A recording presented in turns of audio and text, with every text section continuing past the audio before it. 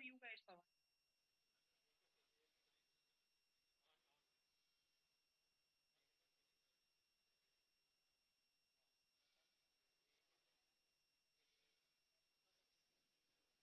No, he's not. Can you hear me now? I can. It's. Can you ask him to repeat? Priyanka, can you hear me now? So, Pawan, we can hear Shailendra, but his voice is not clear. Ma'am, hello. Am I audible, ma'am? Can you hear me? Hello. Yes, Shailendra, this is better. Yes, this will be better. Can you see the video of Hyderabad? I can see the video of the stage right now. Yeah, 1 second, sir. 1 second.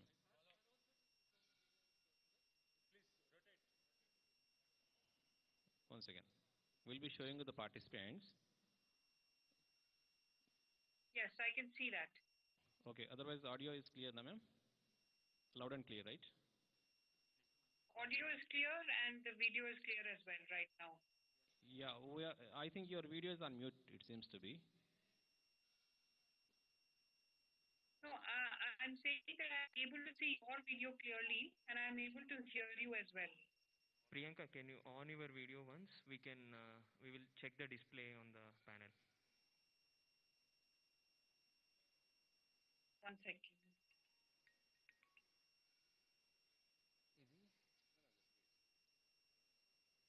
Full screen.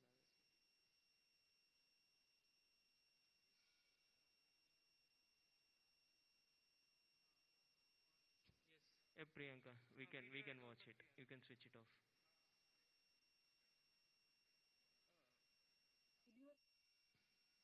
Priyanka, you can switch off the video. It's visible.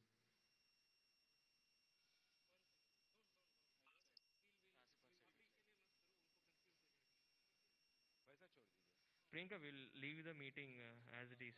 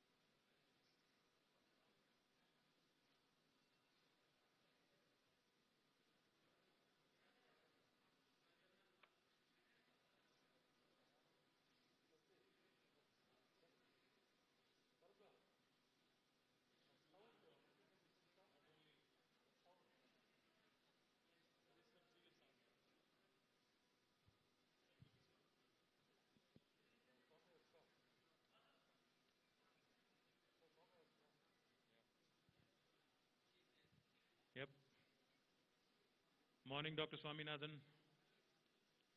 Morning, afternoon, evening. I don't know what time zone you're in, so. How are you, ma'am? Good morning. Okay, fantastic. I'm fine. And is it afternoon, morning? What is it? How are you? Very, very good, ma'am. Very good. We have Mahima Datla, we have Dr. Krishna Ella, and we have Anand Kumar, all of us. And of course, you've been here in Genome Valley in 2017, February, about 3 years ago, 3.5 years ago. Yes. I'm told you're in Geneva. Ma'am? I remember that visit very well to the Genome Valley. Oh, thank you. And visiting several of the companies who are there. Fantastic. Ma'am, we'll get started whenever you're ready. So, can we get started? Yes, I'm ready. And you're going to be with us for what, 45 minutes, 1 hour? Depending on that, we'll structure the flow. Yeah? 45 minutes, I can stay. All right. Thank you. Thank you so much. So, good afternoon to Dr. Soumya Swaminathan, who's the Chief Scientist of World Health Organization. She is somebody who's very familiar with the life sciences ecosystem of India, of course, and also the life sciences ecosystem of Telangana and Hyderabad, and more particularly Genome Valley, which is right here. She was, in fact,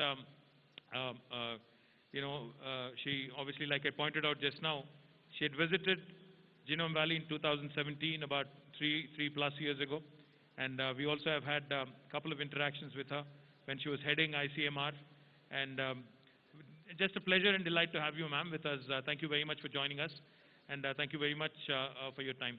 We have with us Mahima Datla of Biological E. We have Anand Kumar of Indian Immunologicals, and we also have Dr. Krishna Ella of Bharat Biotech. As we all know, this is an unprecedented time. These are uncharted waters for all of us, in fact, without an exception. So this is an exciting time also from the perspective of, just believing that every adversity has an inherent opportunity that lies within.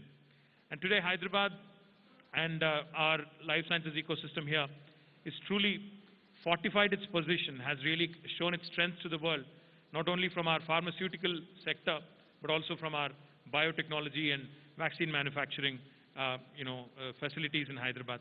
I'm proud to share with you that Hyderabad continues to remain, one of the leaders in vaccine manufacturing. We, in fact, today manufacture more than 1/3 vaccines that are used globally. And we also have, in fact, like I pointed out, been home to pharma companies which have been producing the drugs such as Remdesivir, Flavapiravir, etc., which have all been in news in the last few months. Delighted that Hyderabad's ecosystem, more particularly the 3 companies which are right here with us, are leading the vaccine race.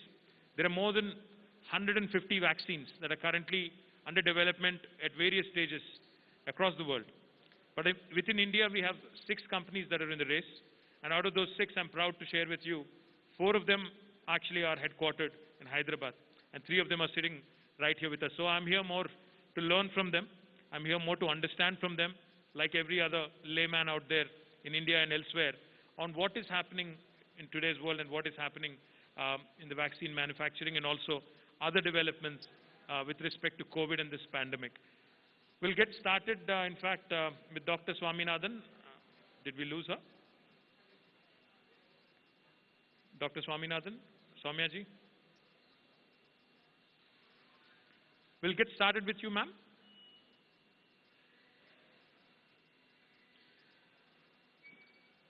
Ma'am, you'll have to unmute yourself. We'll get started with you. Yes. Yeah. Ma'am, just a quick, initial thoughts. A lot of data, a lot of research, a lot of articles. These days, with WhatsApp and, social media being all pervasive, everybody seems to know everything. But let me get it from the Chief Scientist of World Health Organization. How long do you think we have to learn to live with this? Because I think that realization has dawned upon all of us that we have to coexist with the virus for a bit. But how long do you think we have to live with this? How long do you think we have to coexist? How do you see the future panning out over the next few months at least? Yes. No, thank you very much, Minister. First of all, congratulations on organizing this program today. I think it's very timely. The discussion on vaccines really needs to happen at different levels, both globally and nationally. I'd like to tell you a little bit about what we are doing and how we are thinking about it, and also answer your question about how long will this last and what else should we be doing. Maybe I can start with that. We know now that this novel coronavirus has established itself in the world. It has gone into practically every country, and wherever it has found a situation where it's able to spread easily from person to person, it has established community transmission, and it just goes through the population because we do not have much of pre-existing immunity to this. Now, I will add a caveat there because we are still learning about the immunity to this virus. It is possible that previous exposure to some other coronaviruses might offer some protection. That is one of the questions which are still open and can only be answered if we study cohorts of people right through and establish cohorts and see who are the people who get more severe infection versus less severe infection. Why do children appear to be relatively less susceptible to disease? They do get the infection, but they don't get sick most of the time. And why is it that with increasing age and with some of the comorbidities, we see increasing severity and increasing mortality? And how long is the immunity going to last after natural infection? We know now that most people who have natural infection develop neutralizing antibodies, and they also seem to develop T-cell immunity. So both the cellular and the humoral immune system is activated. But what we don't know is when do these antibodies start reducing, and for how long is there protective immunity? And this has implications for vaccines. If long-lasting immunity cannot be achieved after a natural infection, with the vaccine, again, we'll have to see. Because the vaccine is targeting, right now, all the vaccines are targeting the spike protein. The first generation vaccines are all targeting the spike protein because it's the most immunogenic protein of the virus. The only risk is if the virus develops a mutation which causes it to escape the immunity which is conferred by the antibodies against the spike protein, then we are in a difficulty. So the second generation of vaccines actually is targeting other antigens as well. So we need also backup plan. And the second thing which we can only do when we introduce the vaccine into phase 3 trials and follow people is to see how long is the immunity going to last, the protective immunity. Whether it's a sterilizing immunity or it's only a disease-modifying immunity, both types could happen with different vaccine candidates.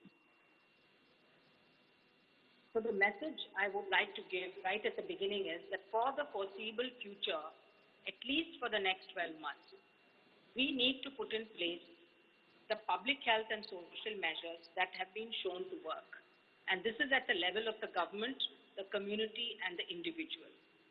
Most countries who have controlled the virus successfully in the first phase have been because of good governance, good strategic planning based on scientific knowledge and based on evidence, and because of involvement of community and individual trust, good communication between the government and the people, clear communication, and being prepared to manage what is likely to happen in the future. We know that lockdowns are a temporary measure which reduces the spread because you prevent people from getting close together.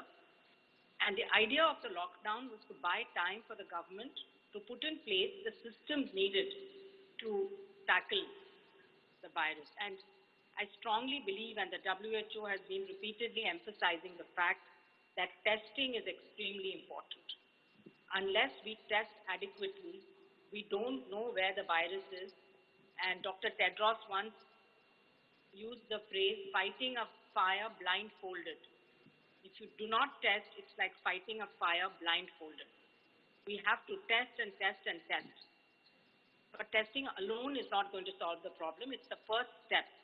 That, of course, has to be followed by isolation of positive people, contact tracing, quarantining, taking care of those who are positive, following them to make sure that they don't get into the interstitial pneumonia and complications by monitoring their oxygen saturation.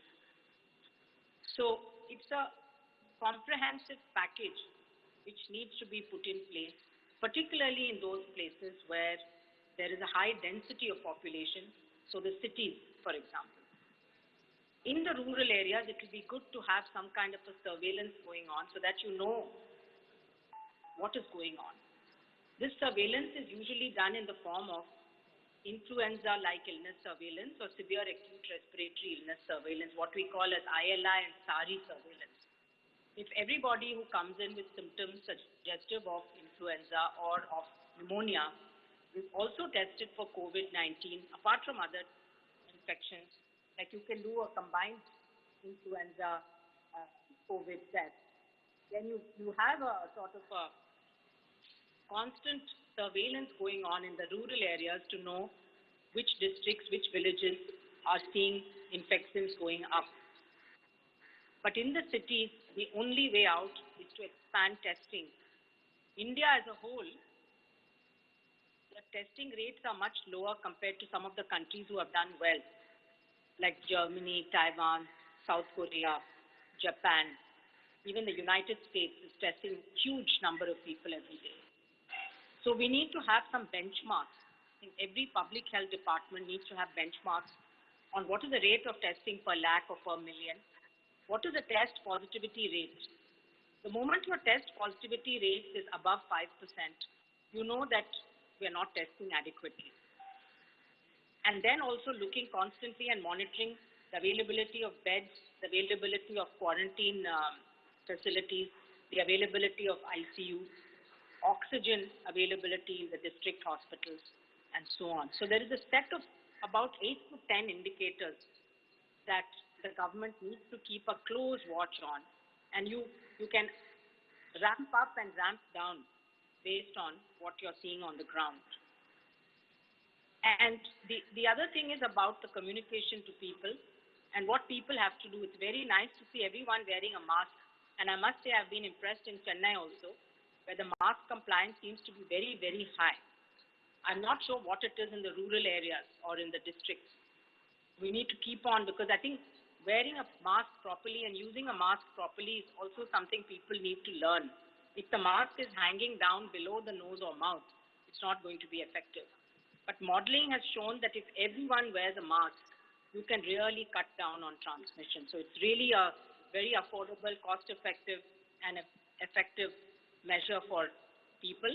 The other thing is, of course, maintaining distance as far as possible. In some situations, it's less possible because of slum areas and things like that. And also, we know where the clusters can happen. These happen in closed environments where people spend time together. So that is why you have to limit the number of people, but you have industries, factories, other kinds of places, even offices, where people just have to go because you have to restart your economy. That is where then you need to, again, to have a surveillance mechanism, temperature monitoring, making sure everybody is masked, making sure that people maintain the distance, that they have the respiratory etiquette, etc. So it's a very painstaking process, all of these steps, if they have to be implemented properly, but they do bear fruit and they do give results if done. Now over to vaccines, because that's what everybody is looking at as an exit strategy from the pandemic. Let's hope that several of the vaccine candidates in testing, today there are 27, I think, or 28 vaccines that are in clinical trials, and another 150 odd which are in preclinical testing. At least 5 are now entering phase 3 trials. So we will know in the next few months about the safety and efficacy of these vaccines. And I emphasize safety as very important, because to get public trust, when you are going to vaccinate huge numbers of healthy individuals, the safety bar of the vaccine has to be set quite high in order for it to be acceptable and usable in the population. So things like the disease enhancement, which is something which has happened previously with other vaccines, and other rare side effects that you notice only when tens of thousands of people have been vaccinated, those have to be really followed up. So one of the things we need to prepare for is a pharmacovigilance strategy and mechanisms, not just during the clinical trial, but after licensure and after it starts getting used widely. We need to keep an eye for the next couple of years on the safety profile of this vaccine. Efficacy, of course, is important, and the WHO has already put out guidance on what we consider as acceptable efficacy. So it would be good to have a vaccine with at least 70% efficacy, minimum of 50%, but with a lower bound of efficacy not falling below 30%. Because modeling has shown that anything below 50% efficacious vaccine is not going to have much of a public health impact. So that's a kind of a benchmark that we hope for. Now, through the ACT accelerator that WHO launched on April 24th with many, many partners, what we are hoping to do is to speed up the R&D for vaccines, therapeutics, and diagnostics, but also ensure equitable access. So it's not just a question of faster development, but also of fair and equitable access to populations around the world. We do not want to be in a situation which happened during the H1N1 pandemic 2009-10, when a few rich countries bought most of the supplies and stocks of vaccines and only started donating it to the lower income countries when they realized that infection probably wasn't as serious or severe as it was supposed to be, and they had excess stocks. Now, if that happens again this time, then I think all of us would have failed. What we hope to do is to, as vaccines become available, to distribute them across the world to protect those who are the most vulnerable, the frontline workers, the health workers, the others who are at highest risk of getting infection, then the vulnerable group within the community, and then go to the rest of the population as the stocks become more and more available. So the COVAX initiative, which is WHO, CEPI, and Gavi, aims to have 2 billion doses of the vaccine by end of 2021. A realistic timeline to start getting the first millions of doses would be the first half of 2021. But then will come the distribution, the delivery, and then for countries to be able to start vaccinating their populations. This is something that ministries are already looking at. They are drawing up their policies. They're looking at supply chain and other logistics that will be needed. One of the things we don't know is which vaccine will be successful and what the storage conditions will be. There are a couple of vaccines which need to be stored at -70 or -80. Others, hopefully, at 4 to 8 degrees. So we have to be prepared for those. And we have to get agreement between countries. In the next few weeks, actually, we need to get agreement that they will follow the fair allocation mechanism that's being developed by WHO. Side by side, the COVAX facility is being set up by Gavi. This is a risk pooling mechanism where self-financing countries can put in some funds so that they can procure vaccines for their populations. And they are pooling the risk because the COVAX facility will buy vaccines which are going to be proven to be safe and efficacious. And at the same time, the ODA funds will pay for the vaccines which will go to the Gavi eligible countries. The number of Gavi eligible countries has been increased now to 92. India, of course, is a Gavi eligible country and so should be getting the vaccine doses from the COVAX facility. But India being a hub of manufacturing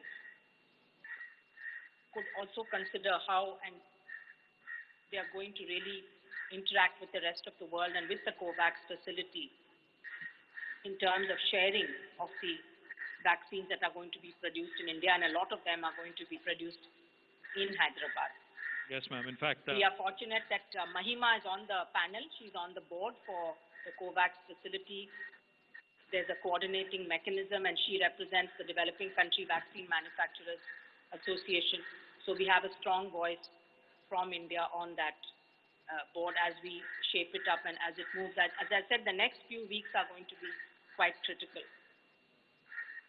Over to you, Minister. Thank you, ma'am. In fact, like you pointed out, India continues to remain a hub for vaccine manufacturing, and within India, Telangana and Hyderabad have been, on the forefront. And today, like I pointed out, more than 1/3 of global vaccines are produced from Genome Valley in Hyderabad. So we're very proud, and all the very, very pertinent points you made. Thank you very much. But one quick thing before I turn, quick question before I turn to the panel here, of the industry leaders. Yesterday, I had read a statement from the World Health Organization chief saying that while a vaccine, the hope for a vaccine is very real and it might happen, there is also an equal chance that there could never be a vaccine. Can you help us understand this? Because, vaccine in current situation seems to be a ray of hope, but there must be a reason, there must be a logic. I'm sure the industry here will never, possibly agree with whatever was said, but nevertheless, help us understand why or what would prompt someone to say, like in the case of HIV, how there could never be a vaccine. In case of COVID as well, it was pointed out yesterday that there also is a chance, however fat or slim it is, that there could never be a vaccine. Is that a fair reasoning, fair thought process? What are your thoughts? So I think the experts who are sitting with you know very well that vaccine development is a risky business and that success is not assured. We have many diseases for which we don't have vaccines, in spite of a lot of R&D having been done over decades, like HIV, TB, malaria, etc. We have so far not had a vaccine for a coronavirus. So this is a new endeavor. So we are optimistic because of the efforts going into it and because of the number of different platforms that are being tested. But we haven't understood the virus completely. And so there is always a possibility that we don't get it right or that it takes longer. We may not get it right the first time. It may take longer. And that is why I think the DG is warning people, do not believe that the problem is going to be solved in 6 months or 12 months. We don't know that for sure. Unless we see results from the phase 3 efficacy trials, and unless we follow people up to see how long they are protected for, we really can't say that this problem is going to come to an end in 2021 or 2022. So I think he's preparing people to think longer term and to think about public health, vaccine being one part of the battle. Vaccine is not the silver bullet, I think is what he said. Drugs are also important, and new drugs are being also tested because that can bring down the severity, that can prevent death. So that's a very important one. And new diagnostics also, like the antigen detection tests, etc., saliva tests will help. Thank you, ma'am. Thank you so much. Now let me turn to the industry leaders here. We'll start with Dr. Krishna L. of Bharat Biotech as we talk about the race for vaccine development, as we talk about the efficacy of the vaccine, the longevity of its impact, etc., etc. Help me understand, because normally, from a layman's perspective, I am a layman, I would love to understand this. Normally, I hear that it would take anywhere from a few years to sometimes even a decade to create and produce a vaccine, because there is a lot of science involved, there is a lot of trials involved, there is a lot of practices involved to make sure that the drug is actually efficient, the vaccine is actually efficient and very, very long in terms of its impact as well. I hope we are not compromising on the science in this pursuit, in this race, in this sort of a rat race, so to speak, of one against another. I hope the science of the vaccine development is not being compromised, is not being adversely impacted. Can you help us understand how you're able to overcome these, typical timelines, etc., and how we are able to now already, because I've been to your facility, Bharat Biotech, in fact, Covaxin and other vaccines that you're currently developing are already nearly in the phase 3 stage. So help us understand how you're taking care of the science behind and ensuring the efficacy of the vaccine is also taken into account before we talk about a full-fledged launch. Help us understand, please. Thank you. Thank you, Honorable Minister. And we are really proud of Soumya heading the WHO. I think first Indian and first woman candidate heading there. We are proud of you. And I think, the vaccine field takes 14 to 15 years a vaccine to develop. So we are trying to develop in less than 18 months or 12 months in this vaccine. It's complicated. But at the same time, with the vaccine experience, we are also much more cautious. It's not that we are trying to make it a vaccine just to move it fast to the market. No.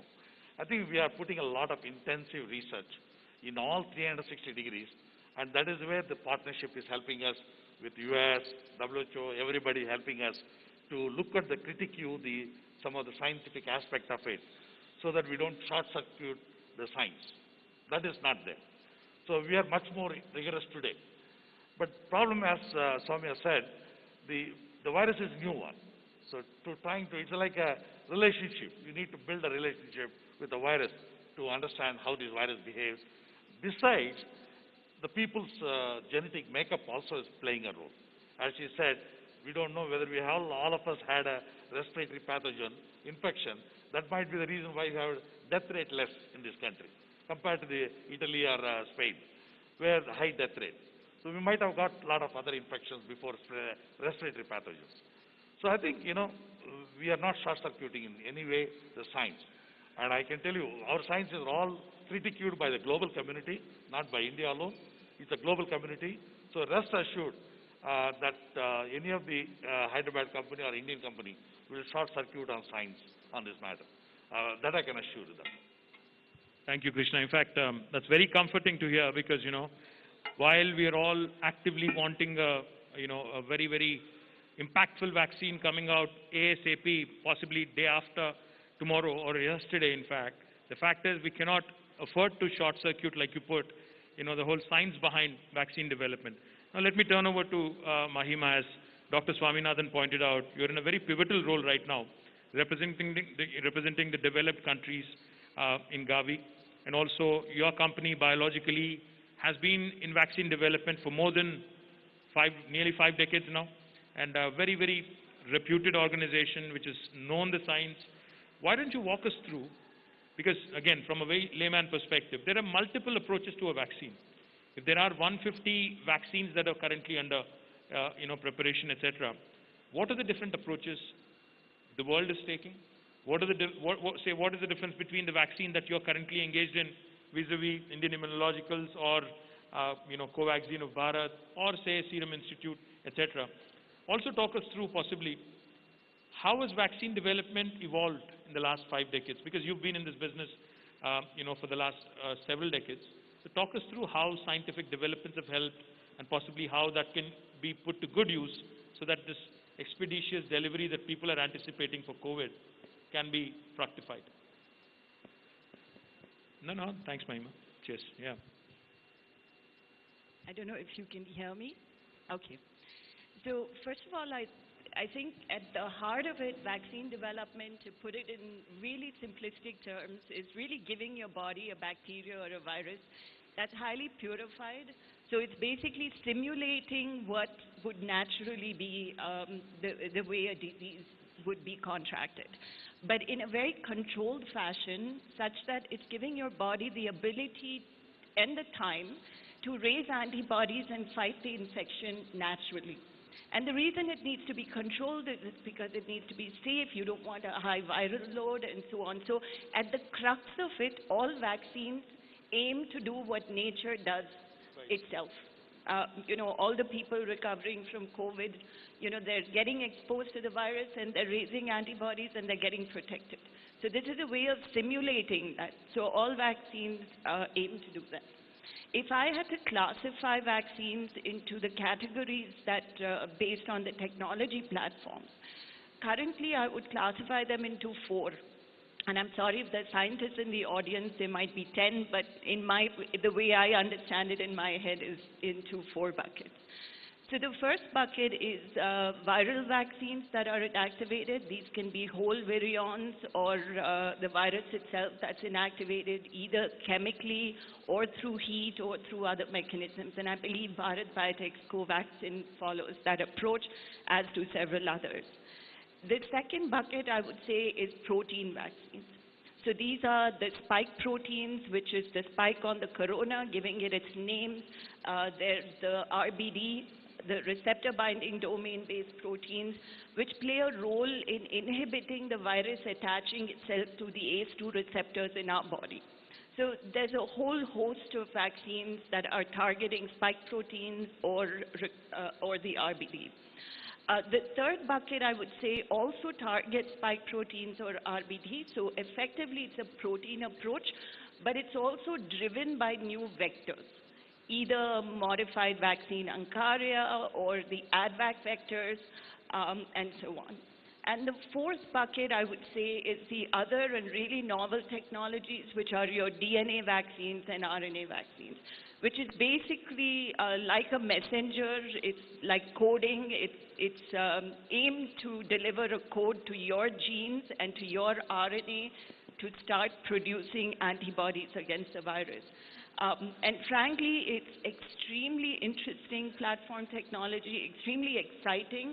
And I think, DNA and RNA vaccines have been in development for close to 15 years now.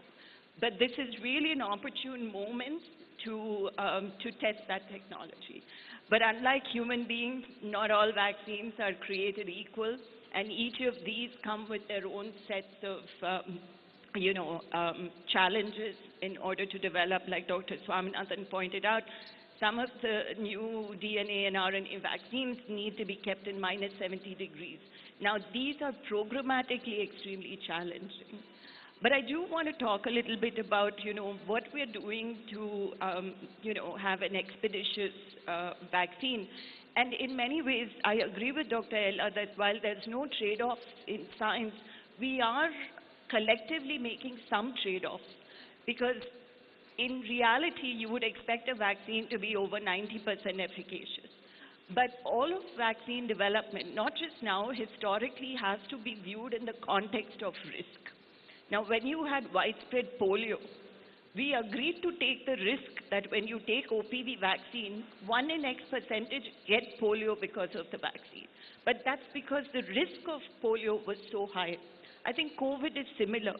The fact that WHO put out TPP requirements for 50 to 80% efficacy tells you the trade-off that we're willing to make, but never at the cost of safety, because the last thing you want to do is make a situation even worse. Now, coming to our own candidates, we've been working on an RBD protein candidate, and the expression system we're using is yeast. It's Pichia. It's tried and tested. We've made hundreds of million doses of hepatitis B on that platform. And I think much like ourselves, many companies are choosing platforms that they are familiar with, that they have infrastructure for.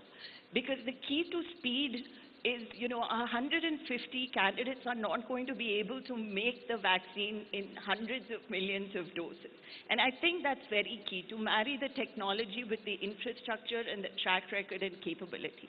Now, our choice of RBD was dictated by the infrastructure match that would best allow us to make vaccine as quickly as possible. And so far, we're going to start phase 1 studies in September, but from the manufacturability perspective, we have enough data that assures us that we'll be in a position to produce 80 to 100 million doses a month of this vaccine from the get-go. I think that's crucial because in the early years, you're going to have demand-supply gap and allocations. Everybody is going to fight over it. So it's really important to be able to scale quickly. And when we talk about challenges, we can discuss that. But in my mind, the reason it'll be expeditious is because we are making certain trade-offs in context of risk, but not in relation to safety. We may be making trade-offs in terms of the expectation on timing of protection, because we may say, hey, it's okay if it protects us for 1 year, we'll take it yearly as opposed to a lifetime, but really not at the cost of safety. And the second most important factor is having large-scale infrastructure that you can deploy these technologies into. I hope that answers. No, absolutely. In fact, before we go to scale, before we talk about how, like Dr. Swaminathan pointed out, some countries tend to hoard, then, at the cost of developing nations, etc. Before we go into that, I think one important question that, is currently sort of has been overlooked in the past but has come to the fore now is how competition, such as you, all three of you, or in fact other vaccine manufacturers in the country, including Serum and others, in a country like India, where government doesn't spend too much on R&D. Government per se does not spend a lot of money on research and development. Of course, we encourage private sector to invest in R&D. We encourage private sector, of course, to take the risk. And of course, the reward also will be that much higher. The fact is, this is the first time you three are sharing a podium or a platform, on a vaccine development, or especially in light of COVID. Let me ask you, Anand, Indian Immunologicals again has a long track record. How do we ensure as a government, be it the Telangana government or be it government of India, how do we ensure that while you actively compete with each other, while you actively race up against each other in development of a vaccine, in pursuit of vaccine, isn't there scope for you to collaborate, work with each other, and also talk to each other, engage with each other, so that when humanity is faced with such a huge crisis, should we not be coming together more often as industry, as government, as competition, to collaborate and to come out with more coherent and synergistic strategies? Your thoughts on this? Then we can go into other things.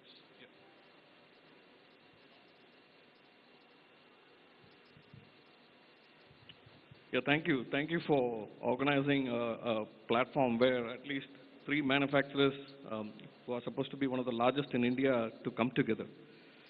As you rightly said, that COVID-19 has offered us a tremendous challenge, especially for all the vaccine manufacturers to come out with a candidate vaccine at a very, very rapid speed. We are, in fact, like some of our companies are in talking terms with each other to see if we can combine together to use our facilities. Here actually we don't call this as a rat race or something, because here when humanity is at risk, like we are always talking to each other to see that if we can agree on using our combined strength to bring about a vaccine at the fastest pace. In our case, like we at Indian Immunologicals, there are various, as Dr. Soumya said, that there are various platforms being pursued. We have chosen a live attenuated codon de-optimized platform. The live attenuated codon de-optimized platform gives tremendous advantage for a country like ours. Especially this vaccine needs to be administered right from children to senior citizens. So if the vaccine is going to be priced very high, then it's going to be totally unaffordable for any government. Like I heard one of our competitor vaccine companies saying that a vaccine will be priced at 1,000 rupees a dose. 1,000 rupees a dose for a country of our size. And if you want to achieve, let's say even 70%, because 70% is a number which is given to as a number for herd immunity. So if you calculate our population of our size at 1,000 rupees, it's going to be several lakh crores of rupees which will be spent on vaccination, totally not feasible. So we have taken an approach which is a very difficult approach, because in our live attenuated vaccine technology, it will stimulate both humoral immunity and cell-mediated immune response, and probably 1 or 2 doses is sufficient for we expect that 1 or 2 doses is sufficient for the entire lifespan, and the cost would be not as high as well. So under normal circumstances, live attenuated vaccines would take several years to develop. I mean, if you see, there are very successful live attenuated vaccines like measles vaccine, which is rubella vaccine, which is being used now. But we have modern technology called codon deoptimization. With that, with the help of our collaborators in Australia and in the US, we are now, we have almost constructed 20 live attenuated codon deoptimized viruses. We will start the mice studies in September, and then we'll do the non-human primate studies in October. And we are planning to start the phase 1 trials as early as January 2021. So the thing is, like, our approach takes a little longer because technologically it's much more challenging to do. But then when it comes as a vaccine, then we will be the most cost effective, and it'll be a vaccine where you administer once or twice and then you don't have to administer for the rest of the life. So that's the approach that we're taking. And in the meantime, we do have spare capacity. If any of our friends want to utilize some of our fill finish capacity, they are free to approach us, and we are always happy to share our capacities. Did you say free to approach, or did you say free to use as well? Thank you, Anand, for that generous offer. Could I Krishna? just make a quick comment on the collaboration? Please, I mean, I was in discussions with others from the Serum Institute, and we have an association called the Vaccine Manufacturing Association, in which Indian manufacturers are part of that. And in that context, we've been in discussion over several policy issues, and this certainly came up. There's a principal understanding between us that we will deploy capacities for each other.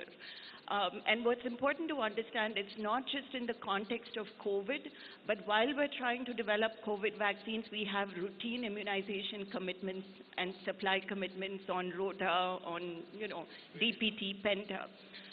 But it's not easy to deploy capacity with each other because of the way the regulatory system is set up. So if father wanted to say that, B, you fill my pentavalent because, I have COVID obligations, for us to do that, we have to potentially go through clinical trials, but it requires a lot of regulatory work and potentially 6 to 8 months before we even are able to do that. So if we can shift the needle there, it allows more flexibility for us to be open. But I think in principle, we all want to deploy infrastructure in a way that best serves humanity at a critical time like this. I think you put it really, really pointedly. Krishna, would you like to also comment on this idea of collaboration? I just want to say that I'm glad you organized this meeting. We may be competing, all three of us, but we are all of us competing with infectious disease. Please keep in mind that we may compete in the marketplace, but we are competing against infectious disease. That is a common goal for all of us. Yes, Indian manufacturers need the time now to collaborate more. It's easy to collaborate with the US and other people, but with India, it's a little difficult because we have cultural problems. We don't trust our own brothers, unfortunately. So the culture has to change. But definitely that is required. But I want to say one more important point in front of Honorable Minister.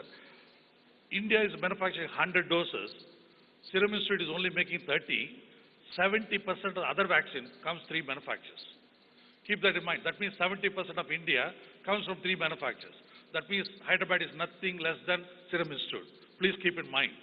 As a single company may be different, but all 3 manufacturers, we are more than double than a Serum Institute as a combined strength of Hyderabad. And I want to tell you that partnership is now, the disease is getting complex. I think we need a partnership. We don't even, we are buying from tetanus from BE now. We said we have to stop importing things rather than we collaborate among ourselves. And I think it will start right now. I think the minister has organized this meeting. It brings some comfort level to all of us also, in a way. But I can tell you one more thing. Telangana will lead innovation in India. Please keep this line tagged. Okay? Telangana will lead the innovation of India. There's nothing less. Because it's not that because ministry is here, I'm telling you this. I'm seeing the ecosystem that we are building in. You see this sort of ecosystem of manufacturing, R&D, very high intense. Bangalore gets unnecessarily a popularity of the media. But actually, we have better ecosystem than any other state of the country. But I think we need to see, and actually, we've done typhoid conjugate, first vaccine in the world. So that comes from Hyderabad. So a lot of vaccines. Now even B is developing new vaccine. They are developing new vaccine. Everything is going to come from here. So there's nothing less than that. And I think we are nowhere less than any other companies in the world. Thank you. Thank you, Krishna. In fact, since this morning, I've been hearing a number of things on the innovation front and how important innovation is in your line of work. We have T-Hub in our state, we have T-Works, we have a bunch of other initiatives that start with T. But I've also realized this morning after talking to all of you that T-cells are equally important.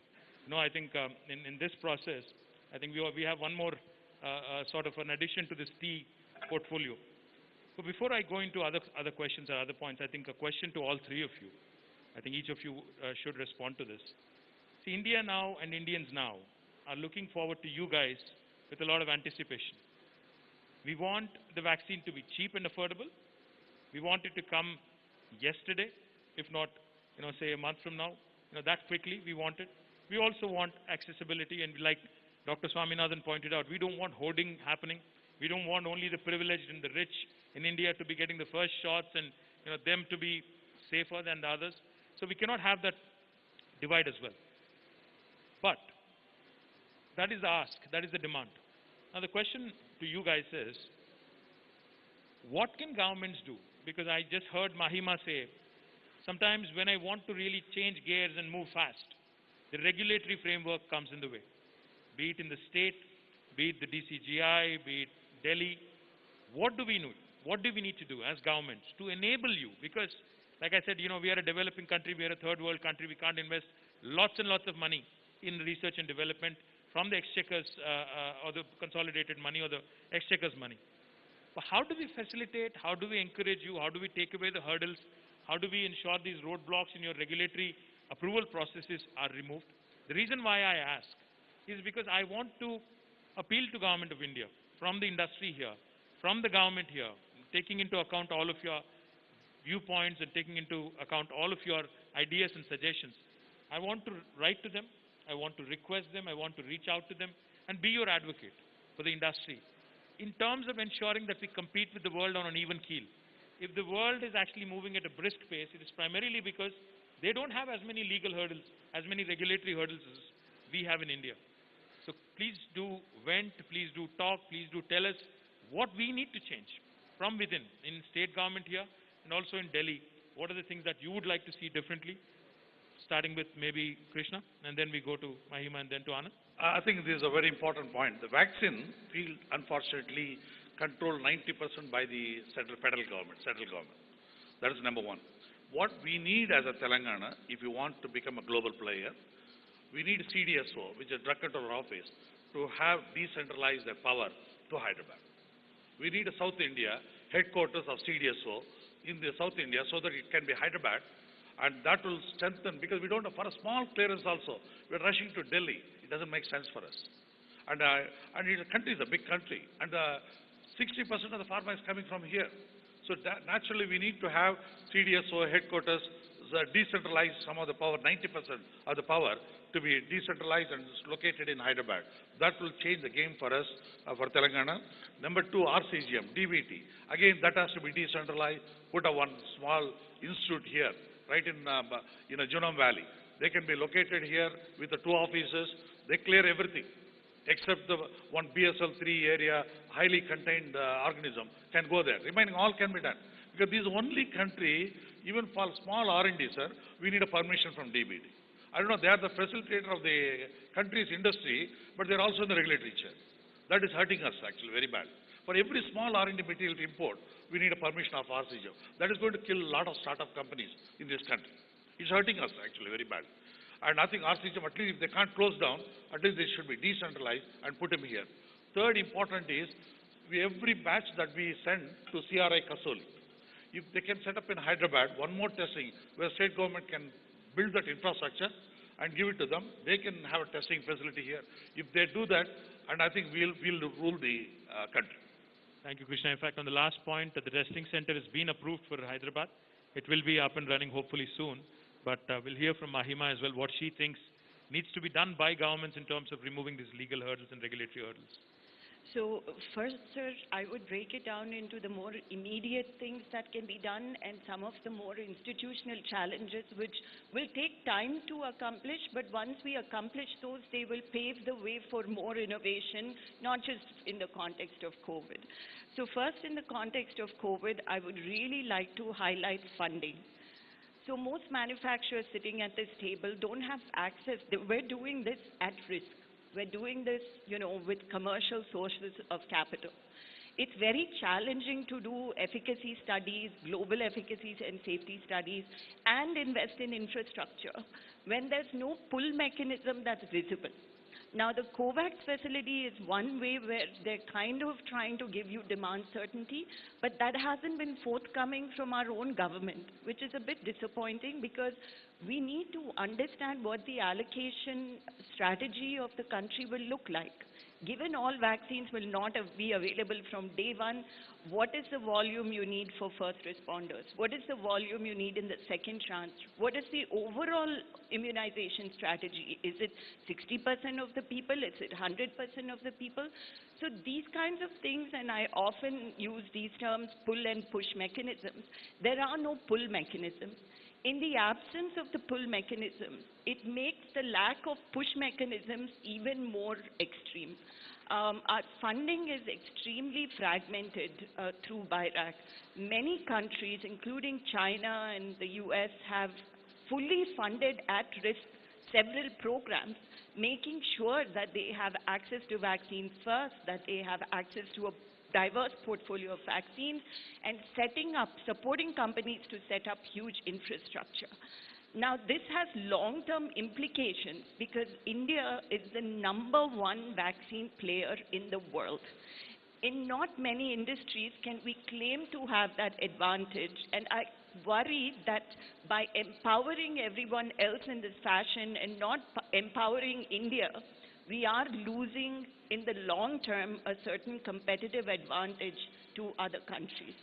This is easily done. The World Bank has $2 billion in funding that they're making available specifically to vaccine manufacturers to expand their infrastructure.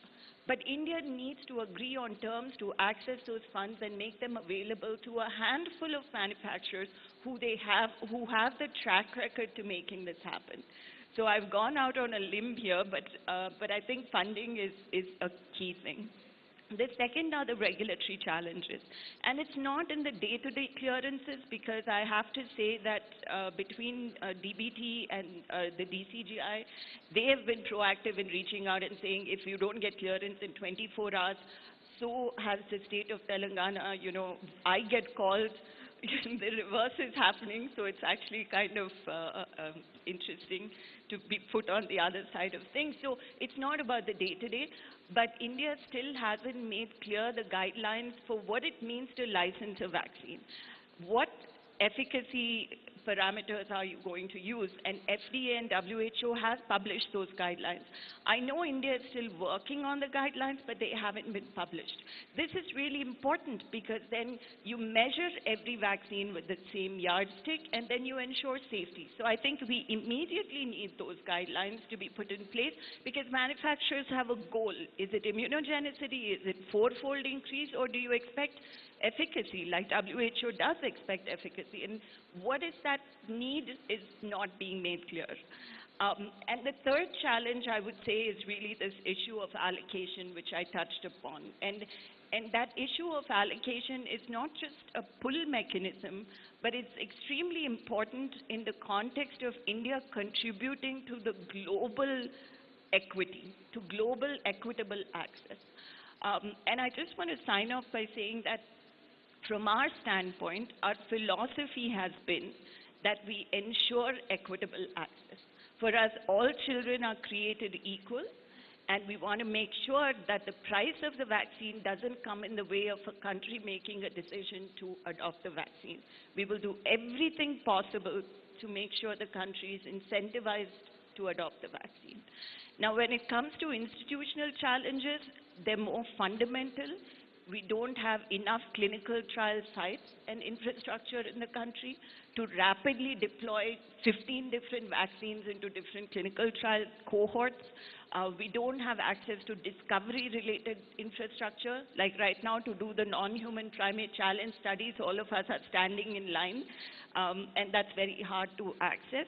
And the third one is the regulatory framework. I heard someone refer to this in an article calling it the bureaucratic cholesterol. So we need some kind of anticoagulants to unblock that bureaucratic cholesterol in the long term to be very effective. I've heard many things, but I've never heard bureaucratic cholesterol. That's interesting. I'm going to use this term a bit more now. Thank you.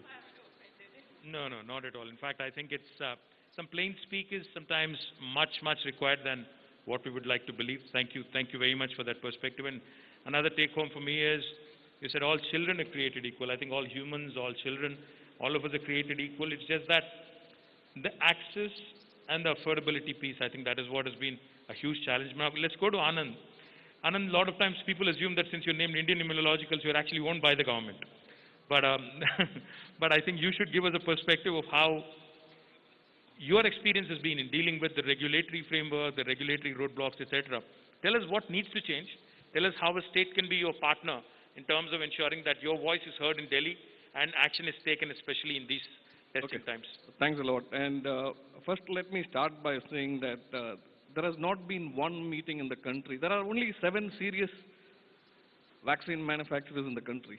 There's not been one meeting held where all these 7 people have been brought together into one room and try to even understand where we are related to in terms of R&D. And see, the country has a lot of infrastructure built in terms of science, but they're all in silos. You have a lot of academic research institutes across the country, but then you have vaccine manufacturers. There's not been any attempt to bring them all together. In the sense that if this was done, then probably we could, as Mahima said, today, even for small testing, we have to send outside the country for testing. But we have within India, we have a lot of the research institutes which belong to DBT and CSR, which could come and help us in terms of providing various, in terms of developing any test methods or helping us with some process development issues. So that kind of bringing together all the vaccine manufacturers along with some leading academic institutes would to an extent help us a lot. Next is Mahima touched upon funding. As you said, we don't see any pull mechanism because each of us, as of now, we are just trying to spend from our own pockets, not even knowing like how much of this is going to be taken up later. And so there has to be some kind of a mechanism which would at least help us de-risk in this funding mechanism. The third is the regulatory, which Dr. Ella talked about.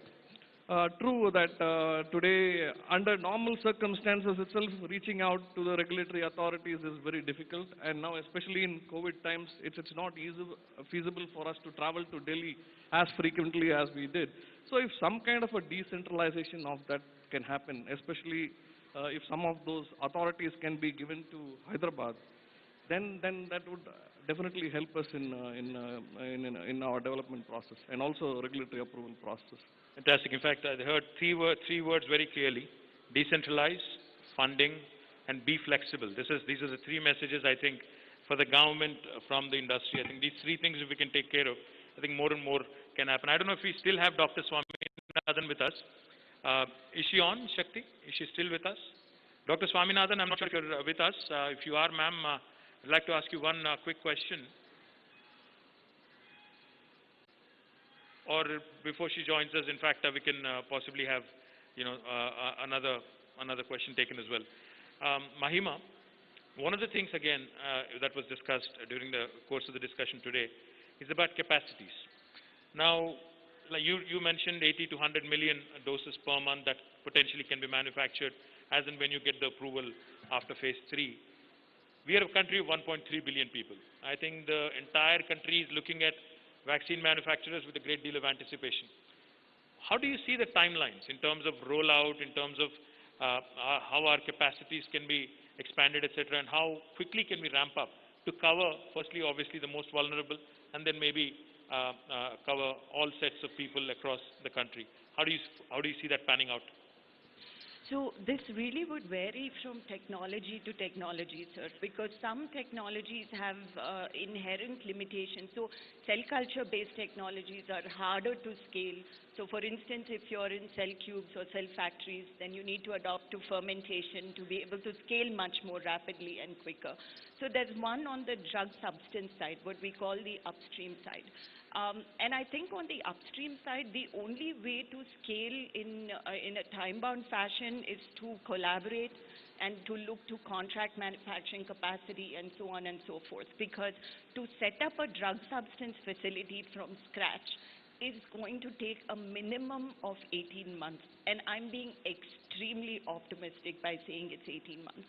So that's not going to happen. So the only way is to look at, who has microbial fermentation facilities, who has cell culture facilities, how quickly can I collaborate? And if you see the AstraZeneca model, that's exactly what they've done. They have a manufacturing site in US, in Europe, and in India.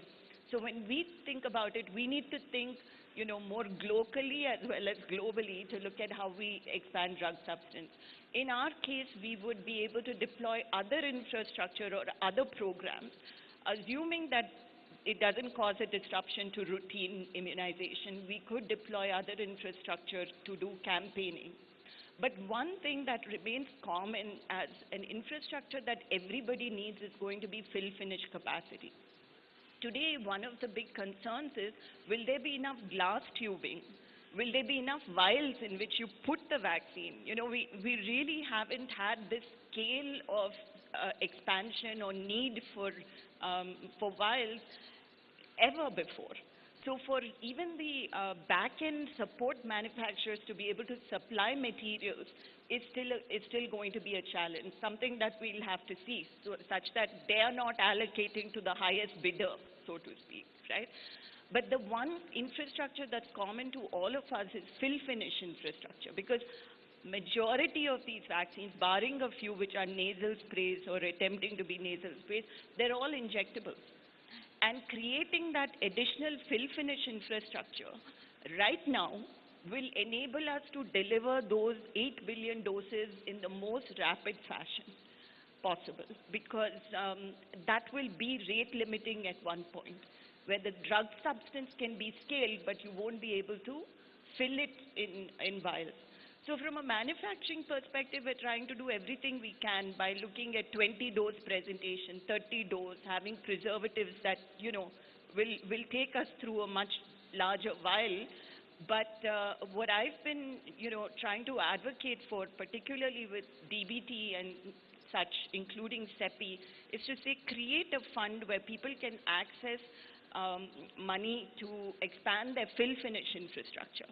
And why is this a good thing? There's no downside risk. Even if your vaccine candidate doesn't work, you can ensure that that infrastructure is deployed for whichever vaccine candidate that works.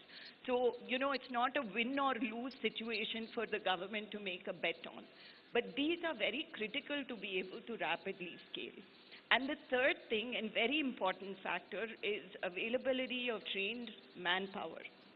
Right now, we envision creating an additional 500 jobs within the next 6 months. But we really need skilled workforce, and that's a long-term thing as well. But these three things will enable us to rapidly scale. Thank you, Mahima. In fact, I think it's not a zero-sum game, is what Mahima says from the government perspective. Krishna, before we get to Dr. Swaminathan, who will possibly join us a bit. She's gone? Okay. Before we go to her, I think it looks like she's left us. But equitable distribution. I know you are on the verge of phase 3, possibly end of this month. So since we are looking at you with a great deal of optimism, how do we ensure as a country, 1.3 billion people, we know your abilities to manufacture, we know that there is always a limitation, certain cap on how much you can manufacture. How do we ensure that this equitable distribution just doesn't remain in the paper and, like Mahima said, the highest bidder? Because I've heard you in other webinars where you said, Chinese government came in and blocked the entire South American market on some other vaccine development process. How do we ensure that such a thing does not happen, and how do we ensure Hyderabad, being the vaccine capital of the world, how do we ensure we assert our position? How do we ensure we not only supply for India, we also manufacture and supply to the rest of the world in a very equitable fashion. How do we do that? I just want to blame the government for that matter, honestly. The reason is the government is looking at it more on a health point of view, COVID problem. But I consider it's the economic point of view. If somebody is starving with the loss of a job and starving, he's going to die. That's much worse. And the WHO and the Indian government, the drug controller, looks at what is 1% adverse reactions and all that. But they're not looking at it, how do we deploy faster? It is possible. Technology now, new technologies, and all the manufacturers, we have all the quality control systems in place. There's nothing that we short circuit anything. But I think government has to sit in the central government and call the manufacturers. Tell me what you want. Each one is, they're working in compartmental. They say we are fast track, we are fast track. But all put together, no fast track in the country. So literally, it is an isolation. Each one want to look at microscope. How come this Indian company can develop this COVID vaccine? Let me look at it. If it comes from US, no scrutiny, much. But I think that system has to be put now. Our Chief Minister has to put a pressure on the Prime Minister's office. Something the drug controller and DBT, all of them, Principal Secretary should stick together, call the manufacturers, quick strategy discussion, and how do we execute. There must be one leader there, should be executed. If it is done, honestly I'm telling you, all the 4 manufacturers, 3 from here, Serum, can feed the entire 1.2 billion. Coming to affordability, trust me, I'm telling you, we are lesser than water bottle cost of vaccine. so water bottle is more expensive. I'm sure the vaccine won't be as much, 330 ml. So this is 5 times more expensive than your vaccine. So we are really affordable. I think we are the lowest in the world. And the best quality. Trust me, I'm telling you. Our quality of a vaccine, Indian manufacturers' quality of vaccine, and GSK and Sanofi is exactly the same. Please keep in mind, we follow exactly WHO, TRS, and US FDA guidelines, nothing less. People think Indian vaccine means something low quality. No, all are same quality. There's only one quality in vaccine field. There's no 2 quality. So only one quality, be assured of that. And I think, there's some strategy discussion missing, leadership is missing in Delhi to take on, quickly sit together and put a strategy. Chinese, what they've done, they've given $1 billion to Mexico, blocking the entire Latin American market. They went to Egypt, they're blocking the African market. I really think in 5 years, the Gavi may not exist, UNICEF also may not exist. The way Chinese going and dominating the country's market. It's very scary. Krishna, in fact, I agree with you on 2 things here. First thing I think is Government of India really needs to take all stakeholders, including the states and the manufacturers, into confidence, strategize together. Instead of saying just 1 billion doses over a period of so many days or months or so many weeks, we need to strategize on not only on vaccine distribution, but also when we go into that phase where we have to test larger population. I think we need strategies, we need to test all corners of the country, and we need to ensure that the vaccine is made available. Secondly, on Krishna's point, I can vouch for it, because I have been to his lab today on the biosafety level 3, BSL 3 standard lab. Not just a lab, in fact the manufacturing facility. I'm told it's one of its kind in the world, not just in India, but it's one of its kind in the world. I am delighted and thrilled, to have witnessed something of that caliber and that standard in Hyderabad. I'm sure other labs are also, labs are of BSL 3 level, but manufacturing at BSL 3 level is also something that is truly unique. So we can certainly compete in terms of quality, in terms of cost, in terms of scale with everybody else in the world. So I also agree with you on the fact that we need to possibly position ourselves, brand ourselves, and talk up in the sense of Government of India and the state governments promoting you and encouraging the local manufacturers. Now, Anand, on this issue of equitable distribution, I've heard Prime Minister Modi talk about how we could possibly how we should possibly start planning now to distribute this vaccine to the large population of our country. What are your thoughts? And then we go to final comments from each of us, each of you. As you rightly said, we need to ponder on this. It's not just developing a vaccine, and then how do we address this 1 billion population who have to be immunized, because from a child to a senior citizen has to be given this vaccine. So in terms of, see each company, currently what we do is like we have certain manufacturing capacity for existing vaccines.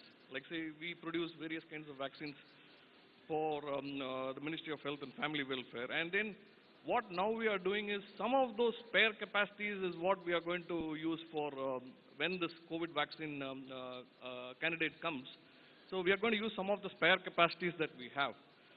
So the amount of spare capacity that exists in each of the vaccine manufacturer, that is not determined yet. I mean, even if any vaccine, like say if Dr. Ella was to develop the Covaxin, and if there's additional capacity required, so far no attempts have been made to even understand how much spare capacities are available with other manufacturers. Now that I heard from Mahima that they're going to produce like 80 million doses a month, and they are worried about their inability to fill finish.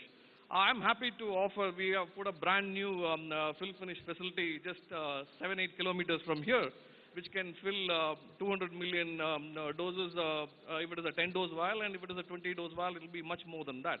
You guys So I need think to, you guys